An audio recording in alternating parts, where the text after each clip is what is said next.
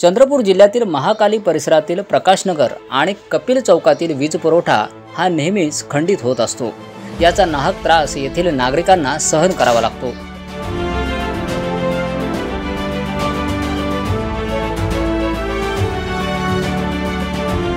महाराष्ट्र नवनिर्माण सेनेच्या वतीने वेळोवेळी खंडित होत असलेल्या या वीज पुरवठ्याबाबत बाबूपेठ विद्युत भवन येथे कार्यकारी अभियंता यांची भेट घेण्यात आली आणि त्यांना जनतेला भेडसावत असलेल्या या समस्यांच्या बाबतीत चर्चा करण्यात आली। यावेळी मनसेचे जिल्हा सचिव किशोरभाऊ मडगुलवार यांच्या नेतृत्वाखाली रुग्णमित्र कृष्णा गुप्ता, तालुका अध्यक्ष प्रवीण शेवते, मनसेचे पदाधिकारी आणि कार्यकर्ते यांनी निवेदनही सादर केलं। अलीकडेच या समस्यांचे विद्युत मंडळाने निराकरण केलं आहे। परिणामस्वरूप मनसेच्या नेत्यांचे नागरिकांनी आता आभार मानले आहेत।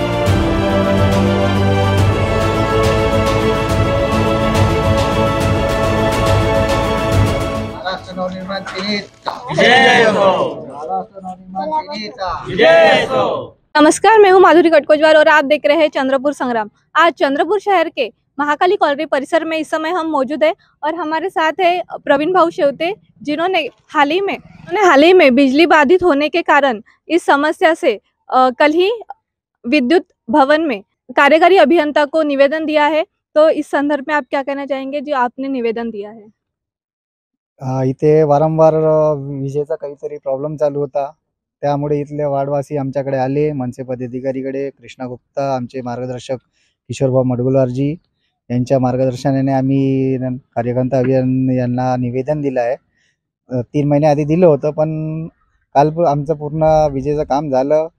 पहिल्यांदाच निवेदन दिल्यानंतर हे काम करण्यात आलंय? पहिल्यांदाच निवेदन दिल्यानंतर तुरंत तात्काळीमध्ये काम चालू करण्यात आलं आहे। तर आपल्या सोबत आहे याच एरियातले स्थानिक नागरिक। आपण काय सांगाल, मनसेतर्फे हे तुमचं जे विद्युतचं काम आहे ते पूर्ण झाले आहे? खूप खूप मनसेचा आम्ही आभार मानतो प्रकाशनगर वार्डवासियाकडून, आणि तसेच आमचे मनसेचे पदाधिकारी कृष्णाजी गुप्ता, आमचे सहकारी जे काही लोक आहे त्यांनी चांगलं काम केलेलं आहे। याबद्दल मनसेचा आम्ही खूप वार्डवासियांना त्यांचा पुन्हा एकदा स्वागत करून आभार करत आहोत। या समस्येपासून तुम्ही किती दिवसांपासून, किती वर्षांपासून त्रासले होते?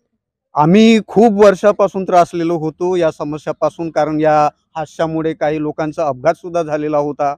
त्याच्यामुळे या चांगल्या कार्यक्रमाकरिता कार्य केले त्यांनी, तर खूप चांगलं केलेलं आहे। प्रमोद देवांगण आहे। गाड्यापाशी गड्डा झाला होता, त्या गड्ड्यामध्ये माझे स्वतःचे भाऊजी मरून पावले।